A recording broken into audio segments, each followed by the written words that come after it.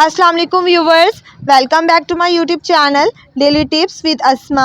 कैसरा नाम का शुमार लड़कियों के नामों में होता है। कैसरा एक इस्लामी नाम है।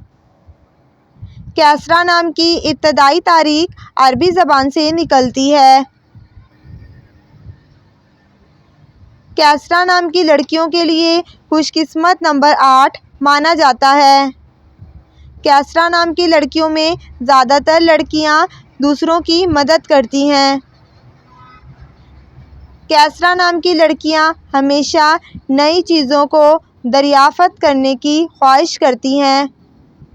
कैसरा नाम की लड़कियों के लिए खुशकिस्मत दिनों में सोमवार और जुम्मे का दिन शामिल है। कैसरा नाम का मतलब है मलका और रानी। खुशकिस्मती वाली धातु में हिंसों के हिसाब से चांदी शामिल है। कैसरा नाम के अफराद के लिए मुआफिक रंगों में नीला, हल्का सब्ज़ रंग शामिल है। कैसरा नाम के अफराद के लिए खुशकिस्मत पत्थरों में मरकत पत्थर शामिल है।